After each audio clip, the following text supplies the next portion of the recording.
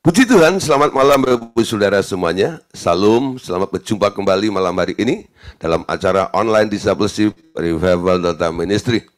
Malam hari ini tema yang akan kita bahas adalah masih tentang iman, tapi tepatnya temanya adalah pengakuan iman.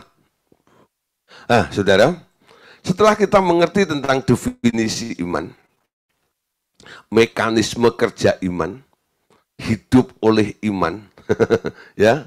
Nah, sekarang kita mulai masuk ya. Kemarin kita bahas tentang bagaimana tinggal di daerah berkat.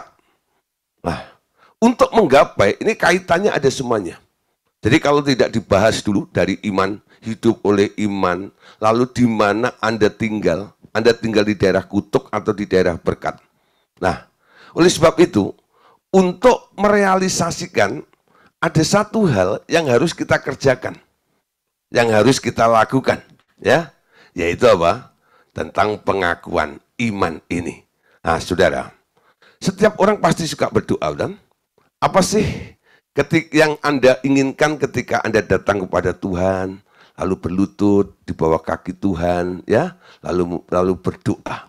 Kebanyakan orang datang kepada Tuhan berdoa, ujung-ujungnya apa? Minta. Minta sesuatu, entah itu perlindungan, entah itu berkat, entah itu kesembuhan, ya, entah itu mujizat dan sebagainya. Nah, itu Anda lakukan ketika Anda datang berdoa, bersujud di hadapan Tuhan. Nah, banyak orang, saudara, mau minta kepada Tuhan, tapi nggak banyak orang yang mendapatkan apa yang diminta. Lalu mereka mulai berpikir, Tuhan itu kayaknya nggak murah hati. Kalau Anda mengatakan Tuhan nggak murah hati, sepertinya Anda itu sudah mengatakan juga bahwa Tuhan itu pelit, ya. Buktinya saya minta nggak dikasih, itu nggak itu? Nah, apakah Tuhan seperti itu? Tidak, saudara, ya. Allahmu, Bapakmu yang di surga itu sangat-sangat murah hati. Bahkan sebelum Anda meminta, Dia tahu apa yang Anda sebenarnya perlukan. Dan Dia menyediakan untuk kita semuanya. Nah, saudara, tentang meminta, ya, itu harus disertai dengan pengakuan, ya, meminta dan mengakui. Ini satu paket. Jangan hanya Anda meminta, tapi Anda tidak mengakui tentang hakikatnya Allah yang murah hati, yang sanggup untuk menolong Anda. Demikian pastinya janji Tuhan dalam firman-Nya. Sebenarnya, ya, karena janji Tuhan dalam firman perlu berjuang keras untuk meminta sesuatu kepadanya. Banyak orang dalam doanya terus sibuk meminta-minta kepada Tuhan, tapi lupa mengambil apa yang dimintanya itu dengan iman. Rajin berdoa, rajin minta, tapi nggak rajin, ya, atau tidak punya waktu untuk mengambil apa yang dimintanya. Ya, meminta tanpa mengakui hakikat Allah sebagai Allah yang murah hati, dan kita percaya bahwa Allah itu telah memberikannya kepada kita, karena janjinya begitu banyak dalam kehidupan kita ini, sehingga kita lupa untuk mengambil apa yang telah diberikan, apa yang Anda minta kepada Tuhan. Kenapa banyak orang minta, tapi tidak, sepertinya Tuhan itu nggak cepat menjawab doa-doa atau permintaan Anda tersebut. Padahal firman Allah berkata, ayat ini sering dipakai sebagai landasan tentang orang hal meminta sesuatu kepada Tuhan. Ayatnya di mana? Matius pasal 7, ya, ayat yang ke-7. Di sini dikatakan, mintalah, maka akan diberikan kepadamu. Carilah, maka kamu akan mendapat. Ketoklah, maka pintu akan dibukakan bagimu. Bapak Ibu Saudara, kalau Anda membaca ayat ini begitu meyakinkan, betul? ada sebuah kepastian. Ketika orang meminta sesuatu kepada Tuhan, di sini dikatakan, mintalah.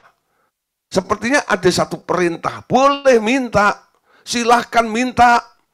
Maka apa yang kamu minta itu akan diberikan kepadamu. Jadi ayat ini menunjukkan ya, setiap orang yang minta kepada Tuhan akan diberi. Amin. Lalu carilah, maka kamu akan mendapat. Nah, ini juga bentuk kepastian, bukan? Berita kepastiannya. Kalau orang mau mencari sesuatu di dalam Tuhan, pasti akan mendapatkannya. Ketuklah, maka pintu akan dibukakan bagimu. Nah, saudara, sekarang kita harus ngerti tentang apa yang Anda minta. Ternyata gak semua permintaan Anda itu diloloskan oleh Tuhan.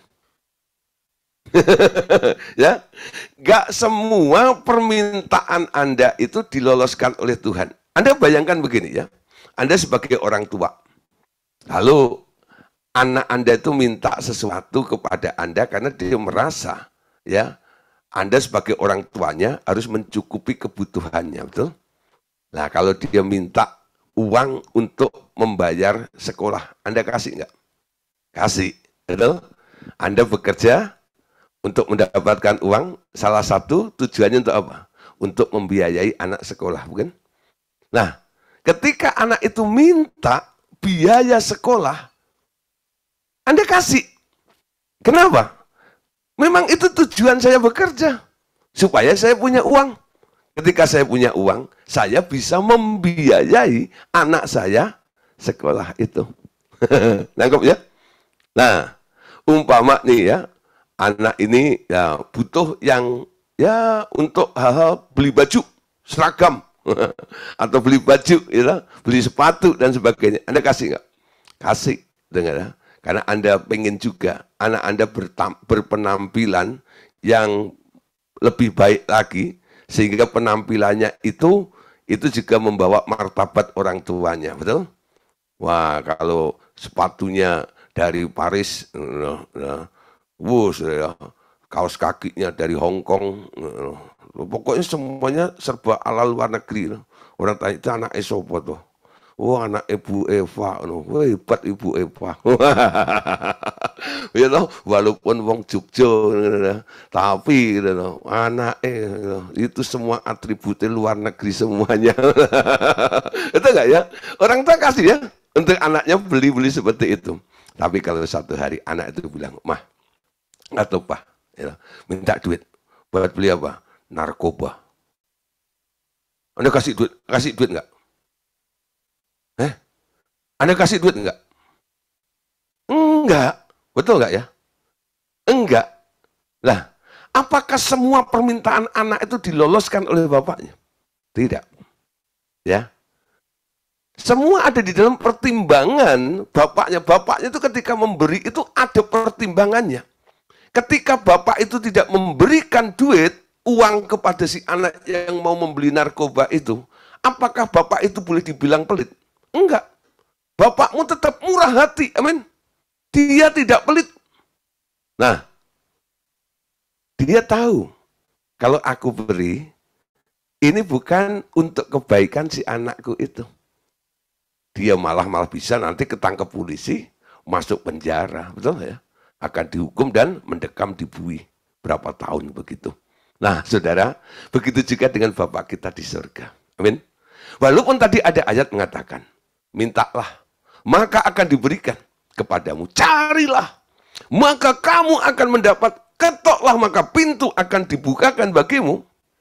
Tapi enggak semua jenis permintaan Anda akan diloloskan oleh Allah. Ya. Nah, di sini Anda harus ingat, ada satu ayat lagi. Yohanes 15 ayat yang ke-7. Baca sama-sama ya. Yohanes 15 ayat 7. Jikalau kamu tinggal di dalam aku dan firmanku tinggal di dalam kamu, mintalah apa saja yang kamu kehendaki dan kamu akan menerimanya.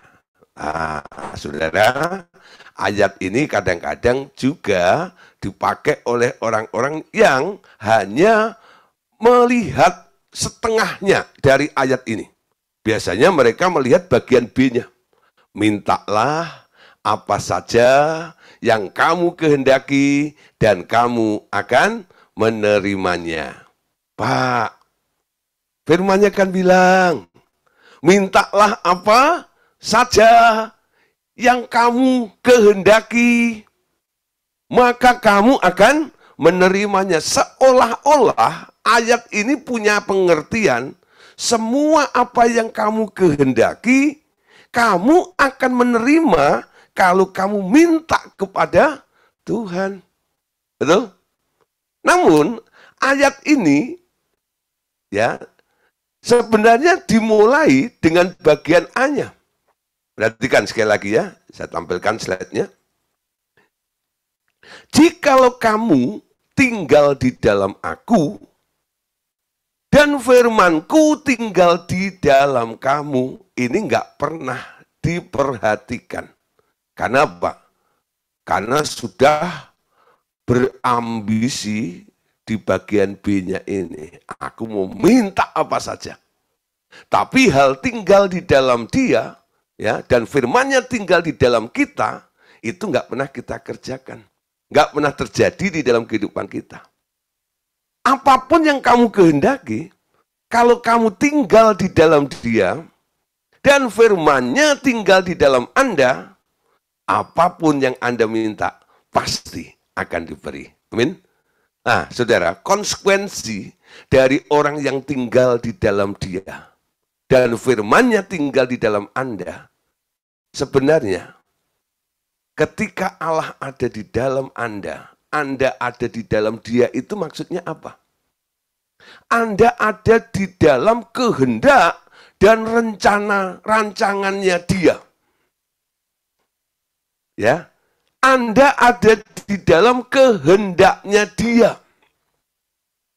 Nah, nanti Anda bisa lihat rekaman YouTube-nya tentang cloning Yesus. Betul?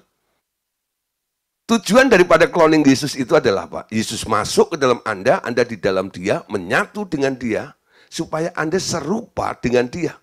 Baik dalam pikiran, perkataan, dan perbuatan. Ini yang akan mempengaruhi keinginan Anda. Orang yang tinggal di dalam dia, tinggal di dalam Allah, tinggal di dalam Yesus dan firman-Nya ada di dalam diri kita. Sekarang keinginanmu bukan keinginanmu lagi. Seperti Paulus berkata, sejak aku menerima Tuhan Yesus sebagai Tuhan dan Juru Selamat, hidupku bukannya aku lagi, tetapi Kristus yang ada di dalamku. Dan kami memiliki pikiran Kristus. Keinginannya Paulus sekarang keinginannya Allah. Bukan keinginannya dia sendiri. Gak heran, karena keinginannya Paulus itu adalah manifestasi ya, dari keinginan Allah yang tertuang di dalam diri Paulus. Ketika Paulus minta yang dikehendakinya, Tuhan akan memberi. Kenapa? Cocok dengan apa yang dirancangkan, direncanakan oleh Allah, supaya terjadi di dalam kehidupan Anda. Amin. Ada beberapa orang juga sih yang tidak pernah menerima sesuatu kepada Tuhan. Kenapa? Karena mereka nggak pernah minta. Ya, minta itu boleh. Ya, lah Yohanes 16 ayat 24. Perhatikan satu lagi ayat. Sampai sekarang kamu belum meminta sesuatu pun dalam namaku. Mintalah maka kamu akan menerima supaya penuhlah sukacitamu. Ini keinginan daripada Bapa kita di surga. Supaya orang-orang yang percaya kepada anaknya yaitu Tuhan Yesus. Supaya mereka beroleh sukacita penuh di dalam dirinya. Amin. Oleh sebab itu, mintalah ya supaya sukacitamu penuh. Tapi saudara, kalau Anda terus minta, itu akan membuat Anda menjadi pribadi atau seorang peminta-minta, betul? Ketemu Tuhan, pokoknya minta dong. Pokoknya, lalu Anda dapat label, itu pasti nih, kalau deket-deket sebentar lagi dia minta apa. Anda itu setiap ketemu gitu ya, minta dong, minta dong. Nanti Anda akan dicap, sebagai apa? Seorang peminta-minta. Boleh meminta, saudara. Tapi jangan terus meminta tanpa Anda mengakuinya. Nah, pengakuan ini pengakuan apa? Ketika kita mengakui tentang hakikat Allah yang murah hati dan Allah telah memberikan apa yang Anda minta, itu yang disebut sebagai pengakuan iman. Amin. Mintalah sesuatu daripadanya sekali saja. Dan selebihnya akui bahwa itu telah Anda peroleh daripadanya. Kita namakan doa semacam ini sebagai doa pengakuan iman. Amin. Jadi minta boleh, tapi jangan terus-terus meminta hal yang sama. Umpama satu hari ya, Anda sakit, lalu Anda datang pada Tuhan. Tuhan, tolong minta sembuhkan saya. Kiranya kuasa bilur-bilurmu menyembuhkan saya dalam nama Tuhan Yesus. Nah, ketika Anda meminta untuk disembuhkan oleh Tuhan, Tuhan sembuhkan Anda enggak? Sembuhkan ya. Karena Anda minta pada orang yang tepat. Orang yang bisa menyembuhkan Anda dan dia mau Anda sembuh. Sekarang, setelah Anda minta seperti itu, Anda sekarang tinggal mengakui. Ketika berjumpa dengan Tuhan dalam doa kembali atau dalam worship dan sebagainya, Anda jangan terus minta hal itu lagi. Minta cukup sekali saja, setelah itu akui apa yang Tuhan berikan kepada Anda. Terima kasih Tuhan, Engkau telah menyembuhkan saya. Oleh bilur-bilur Yesus, aku sudah sembuh. Siapa bilang saya sakit? Omong kosong. Saya sudah sembuh oleh bilur-bilur Yesus. Saya bukan orang sakit lagi. Karena saya sudah disembuhkan. Kalau orang dulunya sakit lalu disembuhkan oleh Tuhan, jadi sembuh, namanya bukan orang sakit lagi. Namanya orang sembuh alias sehat. Amin. Nah, sekarang Anda mulai berdiri sebagai orang penerima janji atau jawaban dari apa yang Anda minta kepada Tuhan. Terima kasih Tuhan. Aku orang paling sehat di dunia. Tidak ada penyakit di dalam diri saya. Haleluya. Ya. Nah, kalau itu penyakit masih mengganggu dalam kehidupan Anda mulai bertahan terus pada apa? Pengakuan iman Anda. Hidupku bukan ditentukan oleh perasaan saya. Mungkin rasa sakit itu masih menggerogoti dalam kehidupan Anda. Masih Anda rasakan. Nah, Anda harus bantah. Anda harus angkat janji Tuhan, jawaban Tuhan itu lebih daripada perasaan Anda. Dengan berkata apa? Hidupku tidak ditentukan oleh apa yang saya rasakan. Bukan oleh perasaan saya. Hidupku ditentukan oleh perkataan Tuhan. Jadi ketika Tuhan bilang, kamu sudah sembuh. Anda harus lebih percaya dari apa yang dikatakan oleh Tuhan. Lebih daripada keadaanmu, lebih daripada perasaanmu juga. Amin. Nah, satu hari ya ada orang minta didoain. Setelah saya doain, ya, kita sepakat yuk datang pada Tuhan. Ya, minta mujizat terjadi dalam kehidupan Anda. Saya doakan, minta, lalu saya giring ya dengan kebenaran firman. Tahu nggak bahwa Allah Bapa mengutus Tuhan Yesus ke dunia ini? Salah satunya adalah sebelum dia mati di kayu salib, dia dicambuk. lalu mengeluarkan bilur. Sehingga Petrus menulis, oleh bilur-bilurnya kamu telah sembuh. Amin. Kamu telah sembuh. Nah, sekarang kesembuhan itu adalah kehendak Allah untuk kita. Kita minta, Tuhan mau nggak menyembuhkanmu? Menyembuhkan, pasti. Oke, sekarang kalau kamu sudah disembuhkan, artinya kamu sudah sembuh, bukan? Amin, Pak. Ya, oke, ya. Lalu ganti orang lain lah, saya doakan dia pulang. Ketemu seminggu lagi. Minta didoain lagi. Ya, nah. Waktu minta doain, bilang, Pak, minta doain, Pak, kesembuhan lagi. Loh ya, bahwa Anda sudah disembuhkan. Kenapa Anda bilang Anda masih sakit? Iya, Pak, gitu ya. Ya, nggak sesakit kemarin sih, Pak, gitu ya. Itu bahasa klisenya dia. Ya, tinggal sedikit-sedikit aja. Tinggal sedikit-sedikit aja.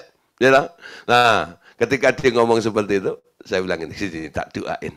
Ya, apa yang saya lakukan? Saya tidak minta kesembuhan lagi kepada Tuhan. Saya beresin otaknya orang itu. Sini, ya. Saya tumpang tangan. Dalam nama Tuhan Yesus. Semua pikiran, semua perasaan yang mengatakan tinggal sedikit-dikit itu, nyah keluar. Cuci dengan air bersih. Dalam nama Tuhan Yesus. Lepas. Keluar dari otaknya. Ya, tinggal sedikit-sedikit itu. Nah, sebenarnya tinggal sedikit-sedikit itu punya pengertian begini. Ya. Itu sebenarnya kebimbanganmu. Kalau Tuhan sudah menyembuhkan, tapi saya kok masih merasakan ya. Nah, lalu pakai bahasa klisenya, tinggal sedikit-sedikit. Ya. Nah, sebenarnya penyakitnya sudah disembuhkan belum? Sudah. Nah, orang itu sebenarnya mengalami sugestinya begini. Perasaannya diserang. Nah, beresin ini perasaannya.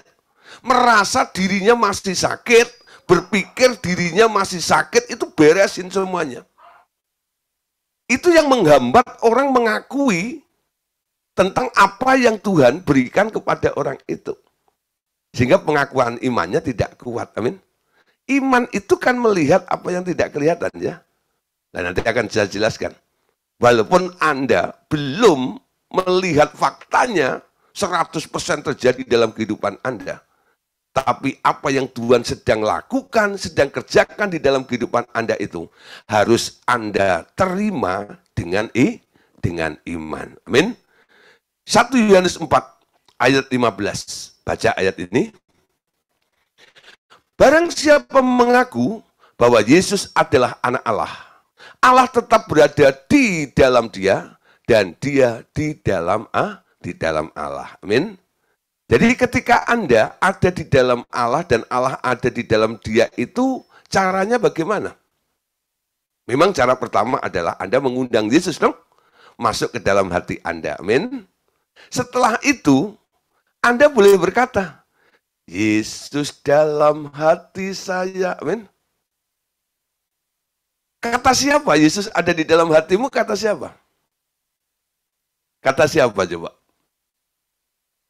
Banyak orang ya mengaku Yesus ada di dalam hatinya. Lalu saya tanya, kamu kok bisa bilang Yesus dalam hatimu, di dalam dirimu? Kata siapa? Jawabannya bilang, kata Pak Gideon. Kata Pak Pendetaku, ya, kata gembalaku. Nah, ada juga yang bilang, kata saya. Nah, ketika dia bilang kata saya tanya, kamu pernah bohong nggak? Ya kadang-kadang. Banyak seringnya atau enggaknya? Ya banyak seringnya, Pak. Itu bukan kadang-kadang. Nah, saya bilang, kamu aja masih sering bohong. Ketika kamu bilang Yesus dalam dirimu, jangan-jangan kamu bohong, saya gituin. Karena kamu sering bohong. Jadi, dasar alasan Yesus ada dalam dirimu itu enggak terlalu kuat.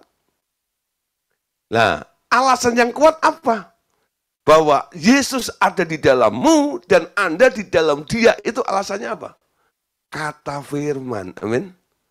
Tuhan berkata, Ada tertulis Wahyu 3 ayat 20, ya. Kalau dia diundang masuk, dia akan masuk ke dalam hatiku. Karena saya sudah mengundang dia, sekarang saya boleh percaya bahwa dia sekarang sudah ada di dalam diri saya. Amin.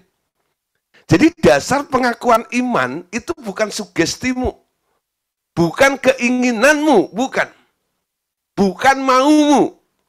Dasar daripada pengakuan itu adalah firman. Amin. Apa kata Tuhan terhadap Anda? Nah, itu yang paling kuat. Yang nggak bisa dibantah oleh apapun juga. Ketika Anda sakit, lalu Anda berkata, saya sudah sembuh. Lalu orang nggak percaya. Mana, ya, kamu sudah sembuh. Ya, kata siapa kamu sudah sembuh? Anda bisa bilang, kata Tuhan. Tuhan tadi bilang, kamu sudah sembuh. Tuhan bilang pada saya, jadilah sembuh. Aku mau kamu sembuh. Ketika Yesus di muka bumi, semua orang yang ya ketemu Yesus, lalu Yesus bilang, jadilah sembuh. Orang itu sembuh nggak? Sembuh. Kenapa sembuh? Karena Yesus yang ngomong, betul? Karena Tuhan yang ngomong. Mempercayai perkataan Tuhan lalu Anda akui, itu akan merubah keadaan dalam kehidupan Anda. Bukan hanya perkara sakit. Perkara finansial pun juga akan terjadi di dalam kehidupan Anda. Amin. Kalau Anda percaya apa yang dikatakan oleh Tuhan. Amin. Nah, saudara, Ibrani 4 ayat 14.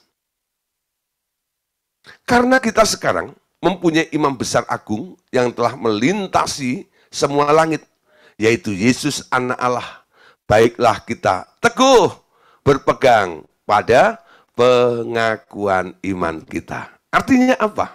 Ya, semua yang kita akui itu dasarnya apa yang telah Yesus perbuat di dalam kehidupan kita. Kalau sakit ada ayatnya ya. Oleh bilur-bilurnya ya, kamu telah sembuh. Kenapa ada bilur? Karena Yesusnya mau dipukulin pakai apa? Tembikar itu. Lalu mengeluarkan bilur itu. Ketika dicambuk itu, Yesus menahan semua rasa sakit itu. Karena dia berpikir, ini semua aku tanggung untuk nanti orang-orang yang akan aku tebus. Kalau mereka sakit, mereka tak perlu jadi orang sakit. Cukup aku yang menanggungnya. Jadi penyakitmu telah ditanggung oleh Tuhan Yesus. Telah dibayar oleh Tuhan Yesus. Amin. Anda nggak perlu. Yesus menjadi imam agung, sehingga kita boleh berpegang teguh pada pengakuan iman kita. Kan Yesus sudah tanggung. Amin. Penyakitku, aku nggak perlu sakit. Nah, tentang finansial. Firman mengatakan, dia yang kaya rela menjadi miskin, supaya kita yang miskin boleh menjadi kaya. Oleh karena kemiskinannya. Ketika Tuhan Yesus turun ke bumi, dulunya ketika dia masih di alam roh, di surga, dia anaknya Bapak yang maha kaya, penuh dengan fasilitas. Loh. Dikatakan anak tunggal Bapak, penuh dengan karunia, duduk di pangkuan Bapaknya itu. Lalu disuruh turun ke bumi. Bukan jadi anaknya raja yang kaya, tidak. Tapi jadi anaknya Yosef dan Maria. Orang miskin. Ya. Pekerjaan atau profesinya Yosef itu apa? Tukang kayu. Gak ada tukang kayu kaya itu, gak ada. Yang kaya itu bos kayu, tahu ya. Nah, tukang kayu itu nggak ada yang kaya. Nah, dia hanya jual jasa aja, bikin pintu, bikin meja, dan sebagainya seperti itu. Tapi yang kaya itu bos kayu, bisa ekspor impor, betul? Nah, Yosef itu hanya tukang kayu atau tukang batu aja. Jadi miskin. Dan ketika Yesus lahir, dia bukan lahir di rumah sakit yang wow keren gitu ya. Di dekat rumah saya itu ada rumah sakit baru. Gitu ya. Wah, saudara itu. Orang melahirkan di situ tuh, ya katanya biayanya mahal banget tuh. Mirip hotel rumah sakitnya. Ya, standar hotel seperti itu. Saya belum pernah masuk, jadi saya nggak bisa cerita. Ya. Karena belum ada orang RTM yang lahir di situ. Kalau ada gitu ya, lalu saya tengok ke situ, saya baru tahu. Tapi ceritanya itu seperti itu ya. Wah, sudah konsepnya konsep hotel seperti itu. Gak heran, harganya mahal sekali ya. Yesus ketika lahir, lahirnya di mana? Di kandang embek, di kandang domba, di palungan dulu. Di tempat makannya binatang itu loh. Bau apa? Bukan bau parfum. Bau apa? Ya bau embek itu. Ya, miskin loh kaya. Miskin ya. Nah, ketika dia jadi anaknya Yosef, apa dia jadi anaknya orang kaya? Enggak ya. Dia membantu bapaknya itu, umur 1 sampai 30 tahun itu, membantu bapaknya bikin meja, bikin kursi, gitu, bikin pintu dan sebagainya.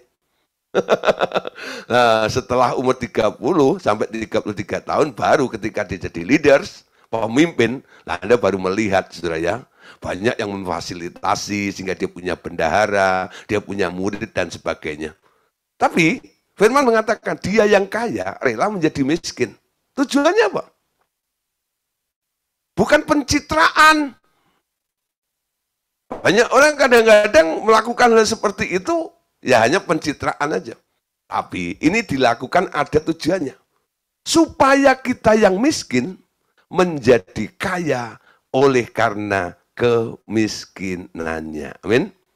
Nah, ketika Anda berdoa, minta sesuatu kepada Tuhan. Tuhan, berkati saya. Pulihkan ekonomi saya. Anda percaya? Itu misinya Allah. Anda yakin? Apalagi ketika Tuhan bicara, aku akan membuat hidupmu melimpah-limpah. Aku akan menjadikanmu sebagai bendaharanya Allah di muka bumi ini. Nah, dia yang ngomong. Lalu Anda mengakui, terima kasih Tuhan. Terima kasih Tuhan. Aku adalah orang yang berkelimpahan. Kata siapa? Kata Tuhan. Walaupun keadaannya Anda masih kurang. Tapi mulutmu mulai ngomong. Siapa bilang saya miskin? Ngomong kosong. Ya. Siapa bilang dompet saya kempes? Ngomong kosong. Aku orang yang diberkati oleh Tuhan. Aku kaya karena Tuhan. Amin.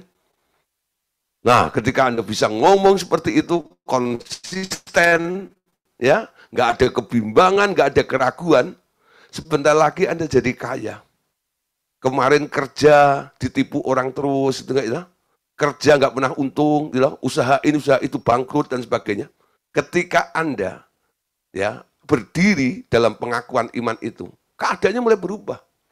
Apapun yang Anda kerjakan, berhasil. Itu cara Tuhan memberkati, bukan duit jatuh dari surga itu lalu menimpa genteng Anda, itu enggak. Gitu. Cara Tuhan berkati seperti itu. Dibuat Anda sukses dan berhasil. Nah, saudara, ternyata mati dan hidup atau nasib seseorang itu tergantung lidah kita. Siapa yang ngomong? Amsal. Amsal 18 ayat 21. Hidup dan mati dikuasai lidah. Siapa yang menggemakannya akan memakan buahnya. Amin. Siapa yang menggemakannya akan memakan buahnya. Segala sesuatu sekarang tergantung ucapan Anda. Anda mau jadi kaya, miskin, sehat, atau sakit, tergantung siapa? Tergantung Anda. Ya, dimulai dari perkataanmu. Aku adalah orang sehat. Ketika Anda ngomong seperti itu di alam roh, menggema, saudara, seperti kalau Anda pergi di depan gua, ya gua gitu, lalu Anda teriak, halo, nanti di sana ada bunyi ya, halo, lo, halo. Gitu. Nah, saudara, ketika dari alam materi, dari dunia tasik itu, Anda mulai berkata, aku orang berhasil. Itu nembus dimensi roh. Nanti di alam roh itu akan menggema. Aku orang berhasil. Aku orang berhasil. Oh, gitu ya. Menggema itu bukan sekali, itu enggak?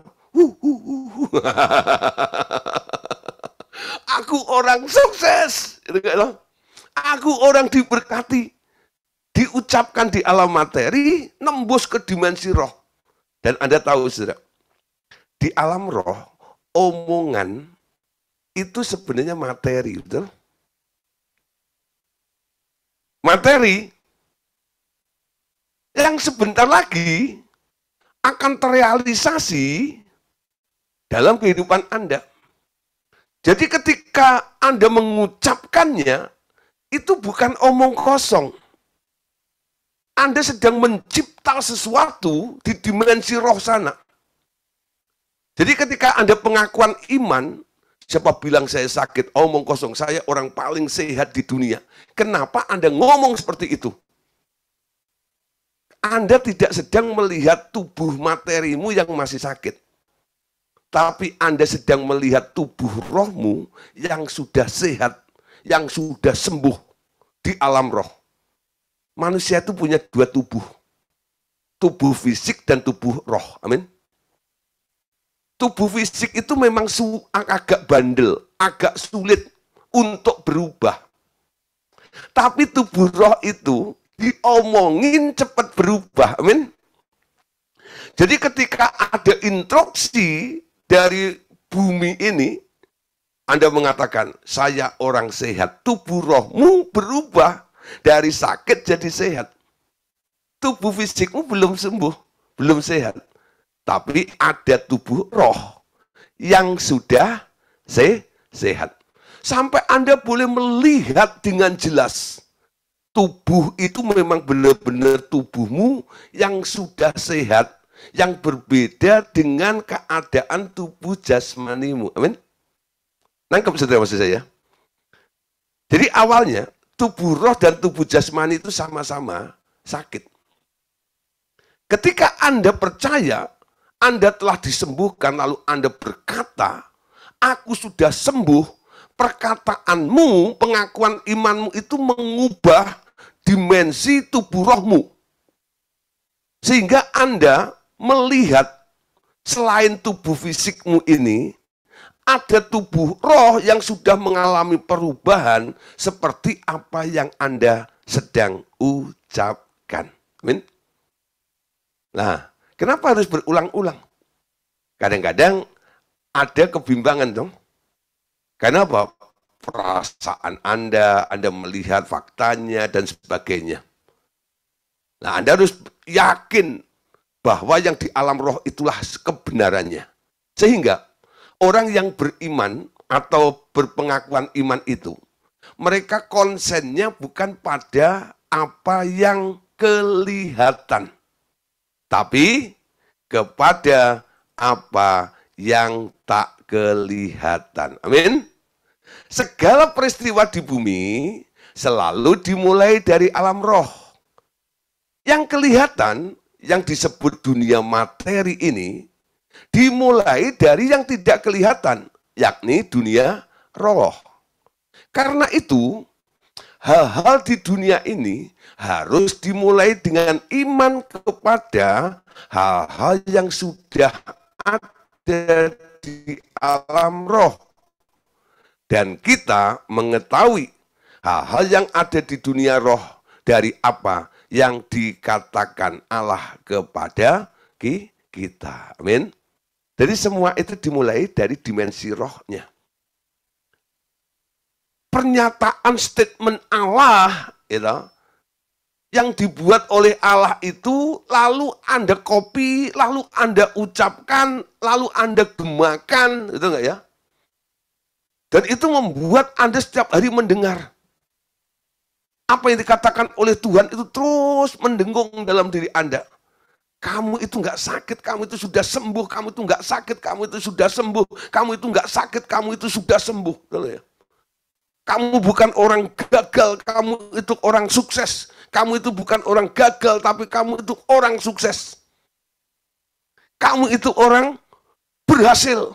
Nah, kata siapa? Kata Tuhan. Amin. 2 Korintus 5 ayat 7. Perhatikan ayat ini. Sebab hidup kami ini adalah hidup karena percaya. Bukan karena melihat.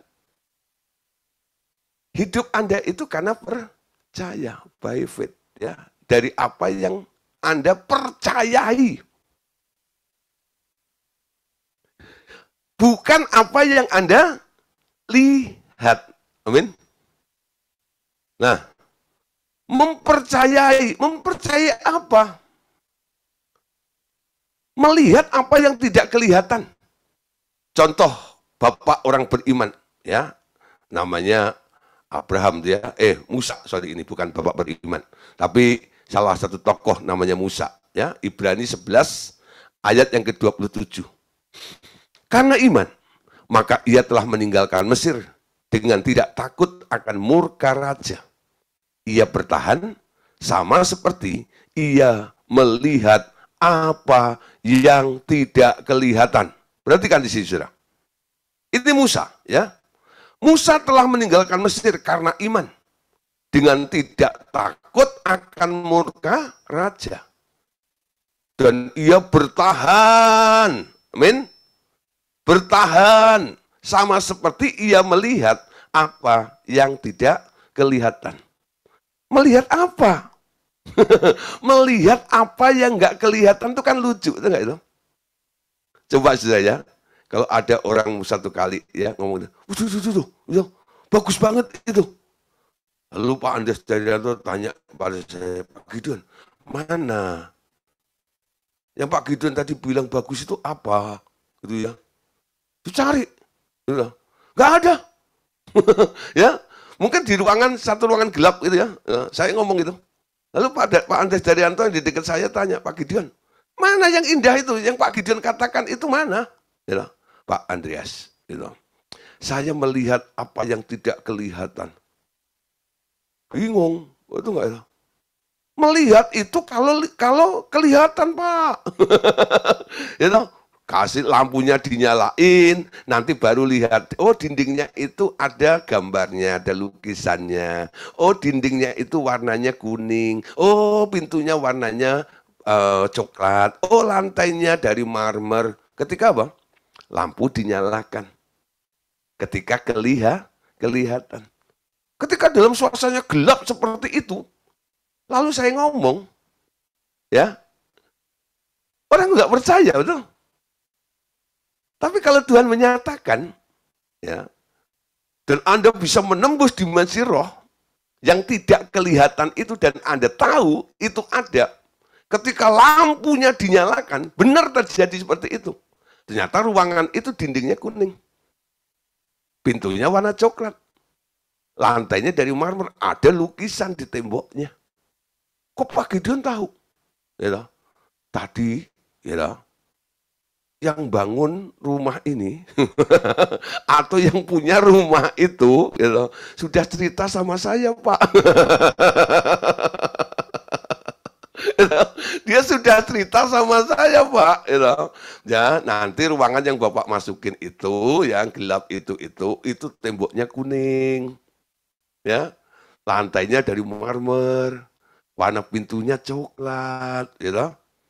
Nah, saya bisa ngomong seperti itu karena diberitahu. Siapa yang memberitahu? Yang punya rumah itu, yang mengenal kamar itu. Dinyalain lampunya, betul seperti itu. Kenapa Pak Andes Daryanto nggak ngerti? Karena Pak Daryanto tidak dikasih tahu. Sehingga nggak bisa melihat apa yang tidak kelihatan. Amin. Nah, Ini bukan ngawur loh, bukan. Ya, bukan hanya berkhayal. Karena ngebet, ya pengen kaya gitu. Ada saudara, ya, orang karena ngebetnya pengen kaya gitu ya. Itu nanti kalau lagi ibadah kadang-kadang itu ya. Saya pernah itu satu kali ikut retreat bersama. Lah pas bukan giliran saya untuk berbicara, jadi pembicara, ya kan di sesi yang lainnya, saya duduk dengan rombongan ini gitu ya. Nah kebetulan kenal baik dan sebagainya. Lalu ditoal-toal sama dia gitu.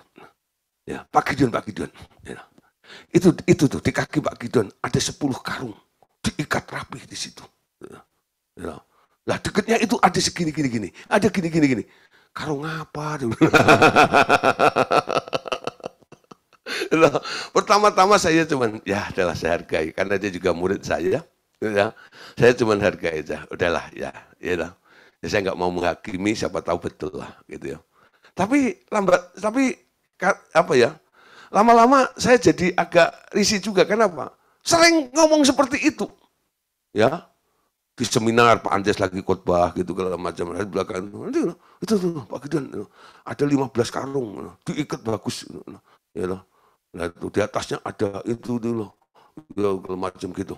Oh, setelah saya pelajari, ya saya deketin, saya mengenal lebih jauh, ya ternyata dia sudah bosan jadi orang miskin, pengen kaya. Di otaknya itu apa itu? Karungan dan karungan seperti itu ya. Mungkin yang pernah digituin sama orang itu mungkin tahu. Nah, tapi saudara, ya, itu bukan hanya membayangkan dan sampai saat ini dia nggak pernah kaya. Ya. Padahal selalu ceritanya melihat begitu. Ya. Nah, pernah pulang bareng gitu, saya tanya itu. Itu tadi yang kamu lihat yang ada di kakimu, kamu bawa pulang nggak? Iya Pak, saya bawa pulang gitu. Tapi nggak terrealisasi itu. Ini penglihat, itu ngelihat seperti itu sebenarnya kan hanya keinginan sendiri itu, tanpa ada konfirmasi seperti itu, amin. Hanya kira-kira, menebak-nebak saja. Musa, saudara, keluar dari Mesir, dia dengan iman melihat apa yang tidak kelihatan. Betul? Dia nggak takut akan murka raja. Dia lari ke sana. Masa depannya di sana itu. Ya. Orang-orang beriman seperti itu. Abraham juga begitu. Dia melihat jauh. Betul nggak ya? Jauh ke depan. Ketika dia mempersembahkan anaknya, ketika dia ada di bawah gunung itu, matanya memandang jauh. Ya. Bukan memandang jauh cuman atas gunung itu enggak. Dia menembus dimensi rencana Tuhan dalam kehidupannya. Kenapa Tuhan yang memberi anak kepada dia ini, sekarang dia harus ya menyuruh Abraham untuk mempersembahkan dibunuh di atas gunung itu. Pasti ada rencana di balik itu semuanya. Abraham memandang jauh. Melihat apa yang tidak kelihatan.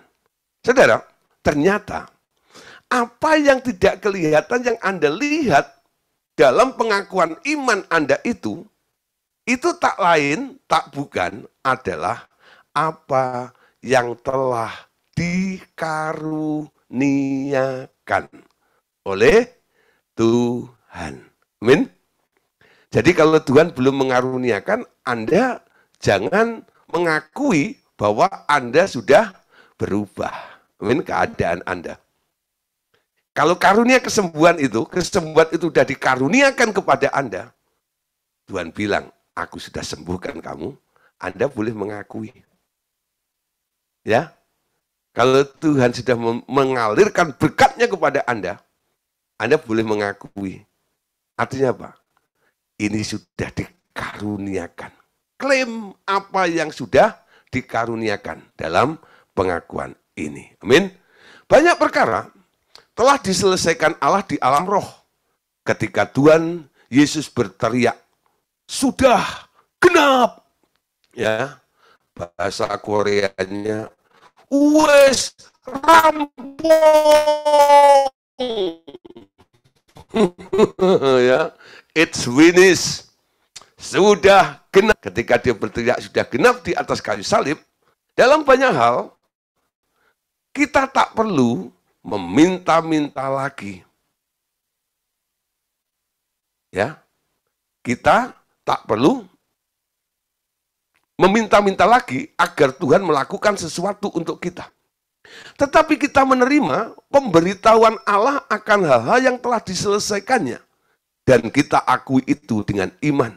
Maka hal itu akan menjadi hak milik Anda. Amin. Jadi apa yang telah dikerjakan, apa yang telah dikaruniakan Allah dalam kehidupan Anda itu. Ya.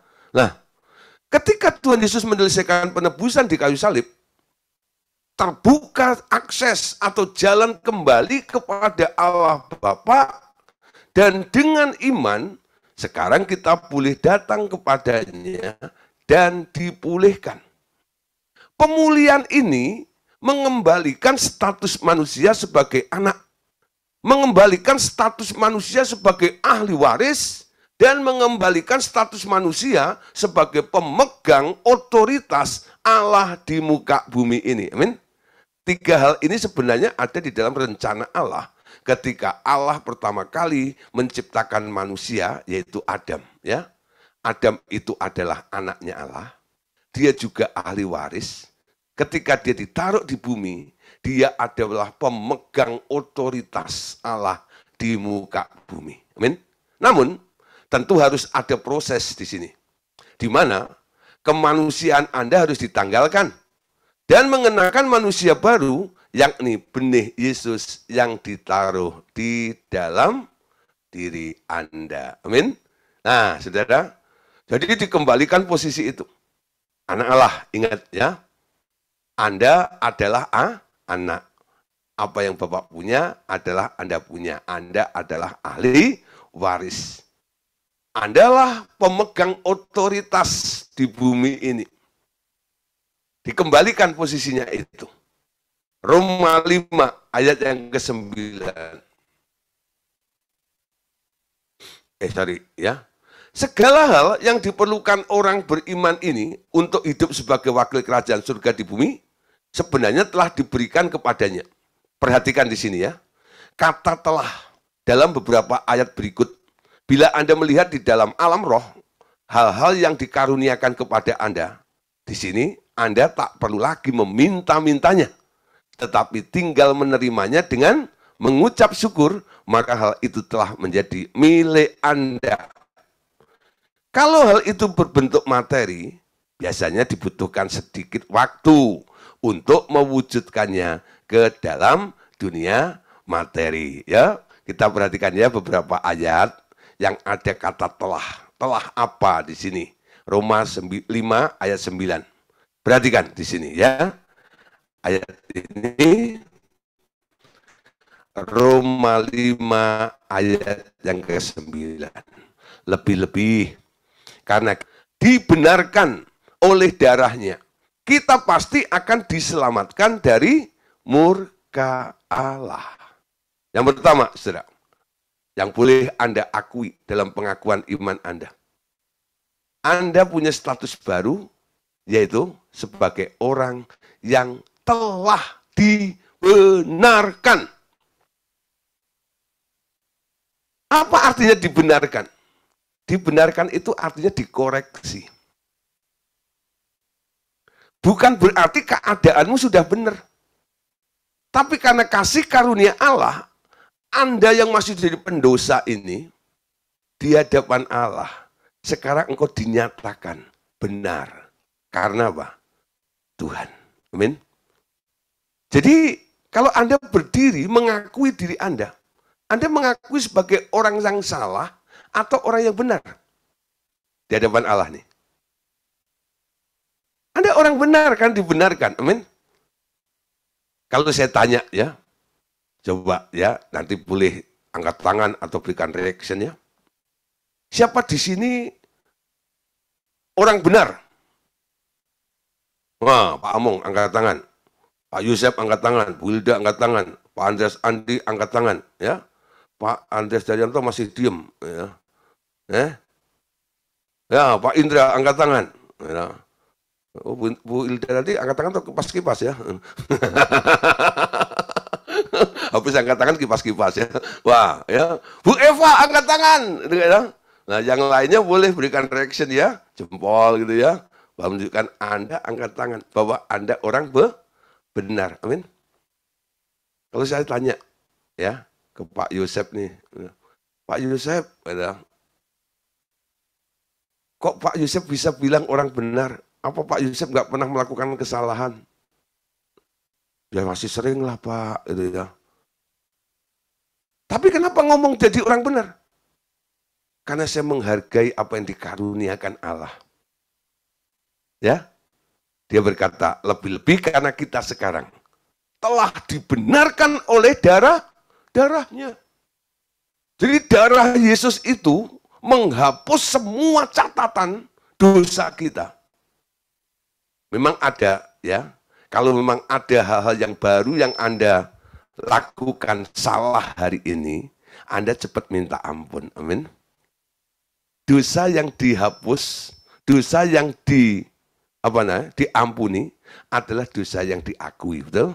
Allah itu setia dan adil. Barang siapa mengaku akan disucikan dan dihapus kesalahannya. Kalau dihapus kesalahannya, Anda dinyatakan orang nggak bersalah, betul? Walaupun tadi bersalah. Rajin-rajin minta ampun kepada Tuhan kalau Anda salah. Tapi setelah itu Anda berdiri bukan menjadi orang yang selalu merasa jadi orang salah. Anda telah dibenarkan. Amin.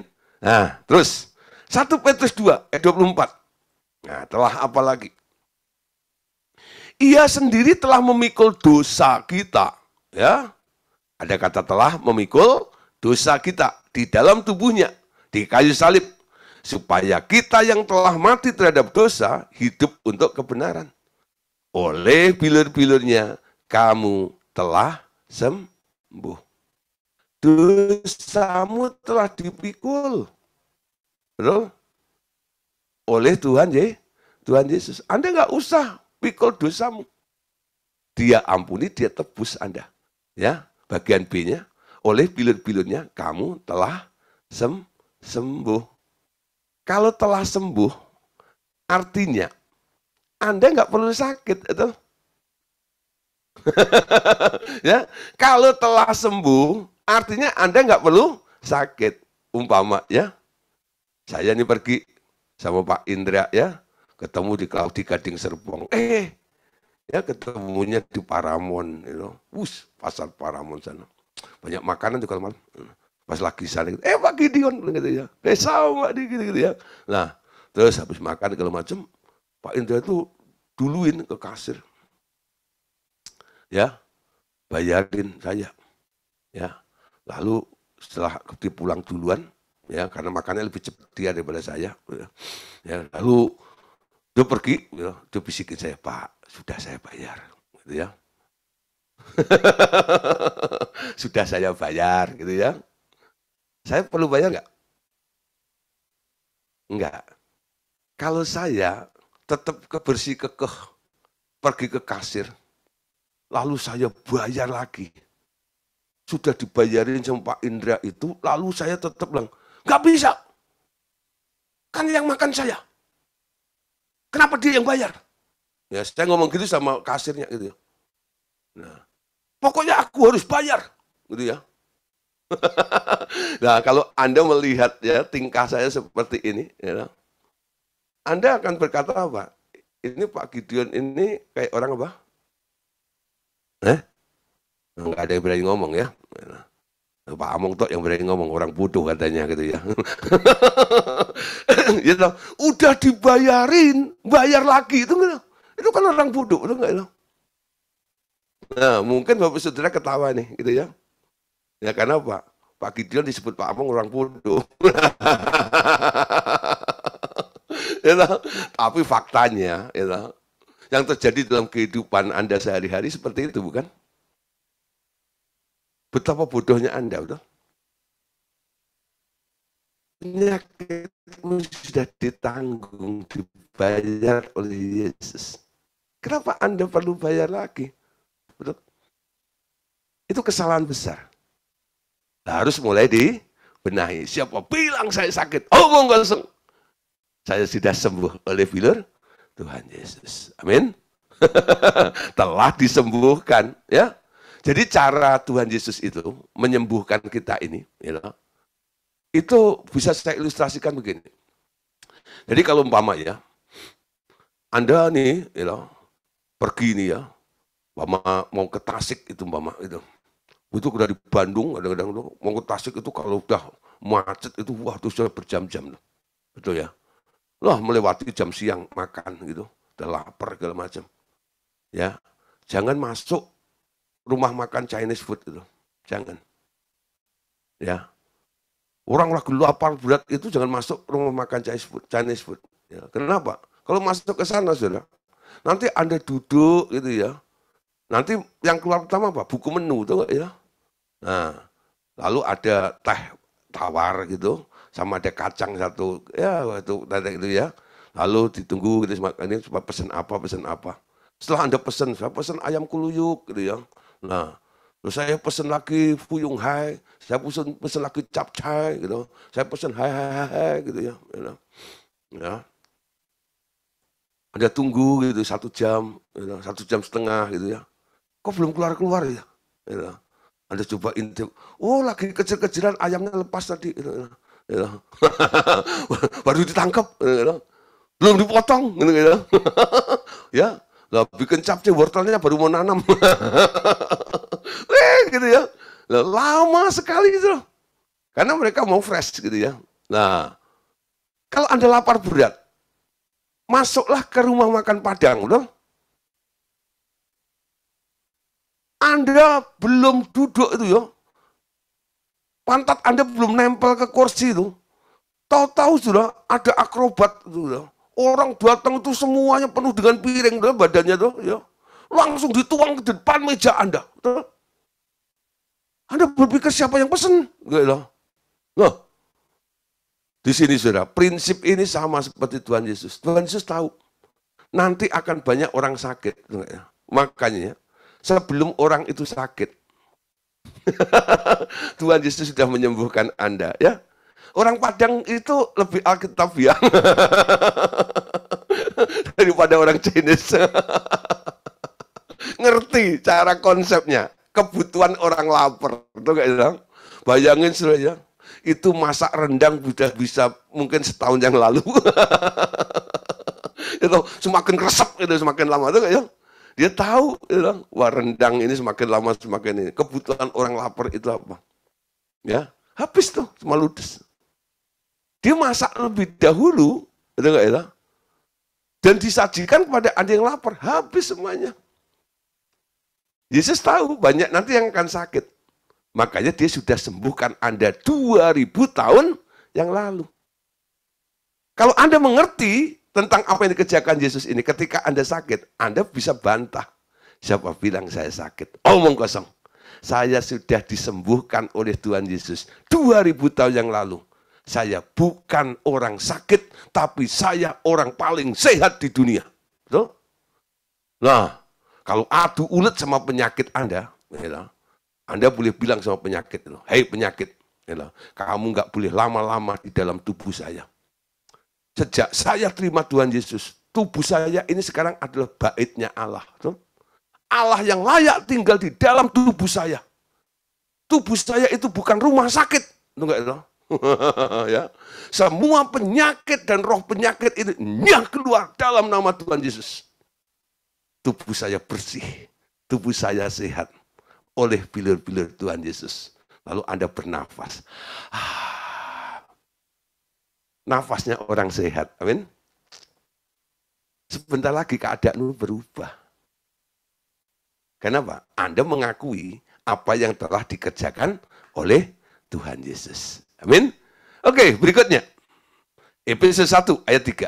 Terpujilah Allah dan Bapa Tuhan kita Yesus Kristus, yang dalam Kristus telah mengaruniakan kepada kita segala berkat rohani di dalam surga. Namanya berkat itu sudah diberikan, amin. Nah, kalau sudah diberikan nggak usah diminta. Anda tinggal melihat posisimu aja dibenahi. Saya bukan orang terkutuk, tapi saya orang diberkati. Ingat ya, kata Yeremia kemarin. Orang terkutuk itu adalah orang yang mengandalkan manusia dan kekuatannya sendiri. Orang yang diberkati adalah orang yang mengandalkan Tuhan dan menaruh harapannya kepada Tuhan. Ketika Anda percaya dan menaruh harapan kepada Tuhan, posisimu adalah sebagai orang yang diberkati. 2 Korintus 8, ayat yang ke-9. Karena kamu telah mengenal kasih karunia Tuhan, kita Yesus Kristus, bahwa Ia yang oleh karena kamu menjadi miskin, sekalipun Ia kaya, supaya kamu menjadi kaya oleh karena kemiskinannya. Amin. Beberapa ayat yang saya tampilkan ini boleh Anda pakai untuk pegangan pengakuan iman, saudara. Ya, kenapa Anda ngotot? Karena di sini ada kata telah. Ya, dia telah menjadi miskin supaya kita yang miskin boleh menjadi kaya. Roma 8 ayat 3 sampai 4. Sebab apa yang tidak mungkin dilakukan hukum Taurat karena tak berdaya oleh daging telah dilakukan oleh Allah. Dengan jalan mengutus anaknya sendiri dalam daging, Ia telah menjatuhkan hukuman atas dosa di dalam daging, supaya tuntutan hukum Taurat digenapi di dalam kita yang tidak hidup menurut daging, tetapi menurut roh. Jadi kalau kita sulit untuk hidup dipimpin oleh roh, Anda boleh akui, Yesus dulu mati dalam wujud daging. Betul? Untuk apa? Mematikan semua dimensi kedagingan saya. Supaya saya boleh hidup dipimpin oleh roh. Ya. Nah, jadi ketidakberdayaan Anda untuk menembus ya, keluar dari kurungan daya tarik daging itu bisa Anda akui dulu dengan apa yang telah Yesus kerjakan di kayu salib. Yesus dulu digantung dalam bentuk daging, betul ya? Supaya apa? Kedaginganku itu boleh disalibkan juga bersama dengan Yesus ketika dia ada di atas kayu salib itu. Oke, saudara. Ada 2 ayat lagi. 1 Korintus 15, 57. Nah.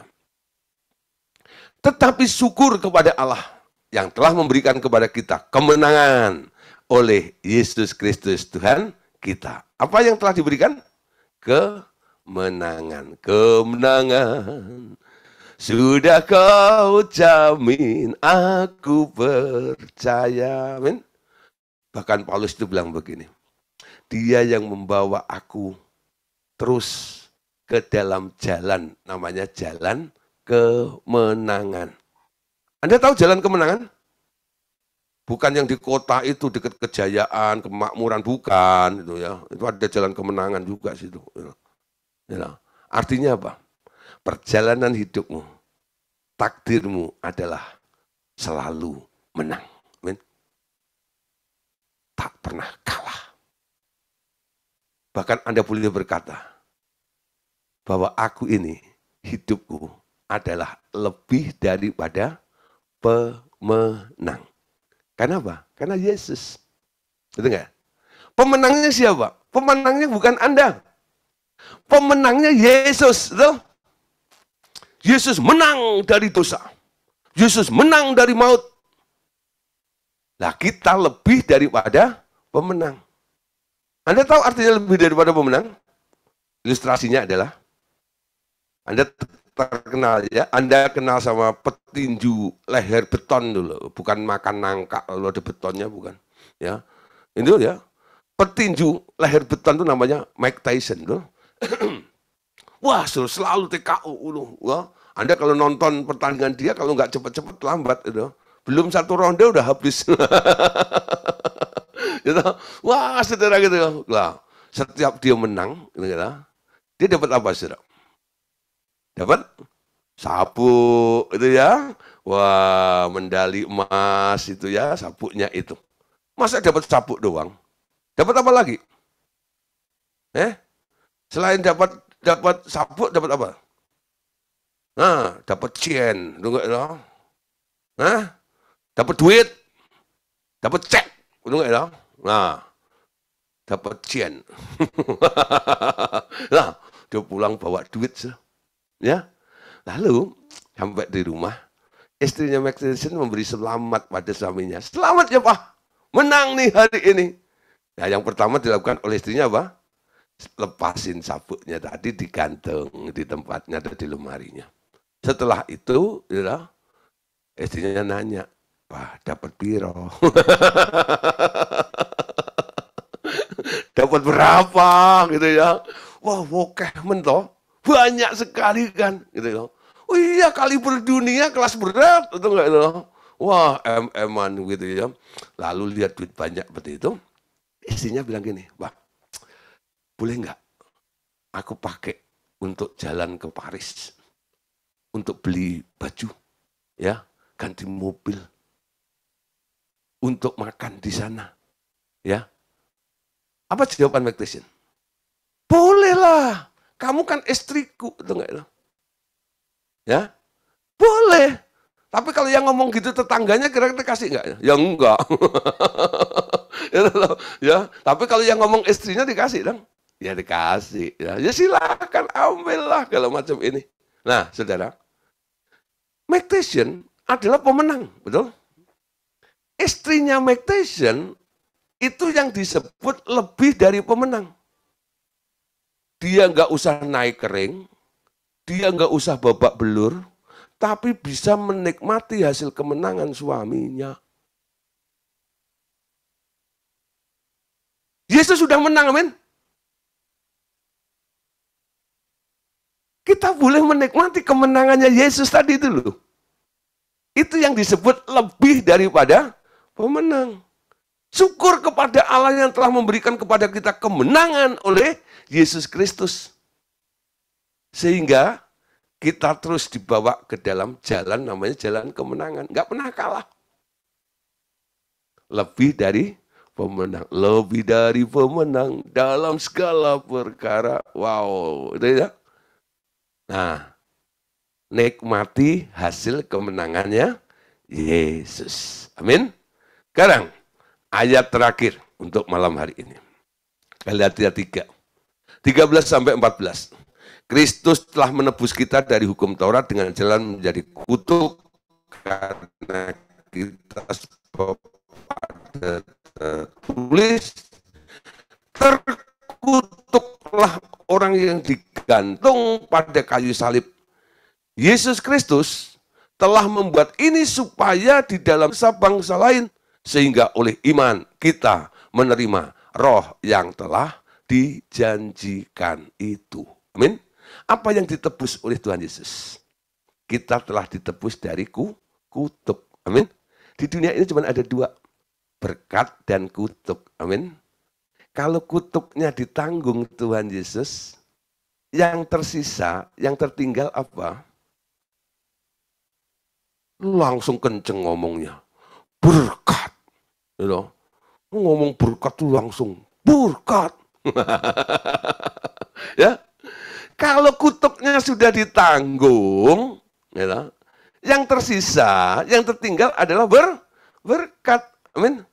Dalam pengakuan iman bagaimana? Terima kasih Tuhan, Engkau melepaskan aku dari status orang terkutuk. Sekarang status saya adalah pewaris berkat. Ya, bersama dengan Abraham, kami menerima roh yang dijanjikan itu. Ya, spirit blessing. Roh berkat itu mengalir di dalam kehidupan kita. Kenapa? Kutuknya sudah nggak ada. Kutuk itu apa sih? Kutuk itu semacam kuk. Ya. Orang kalau ditimpa kuk, hidupnya berat. Ketika Anda dilepaskan dari kutuk, hidupmu nggak berat lagi. Orang percaya kepada Tuhan Yesus itu sebenarnya apa? Nggak boleh hidup dalam kondisi tertekan, banyak hal yang memberatkan dalam hidup Anda. Anda dilepaskan dari kutuk dunia. Anda dilepaskan dari kutuk dosa. Anda dilepaskan dari kutuk perhambaan macam-macam. Namun, ketika Anda ikut Yesus, Anda juga diberi kuk baru, kan? Matius pasal berapa itu? 11 ya. Ayat 28 sampai ayat 30. Bunyinya apa?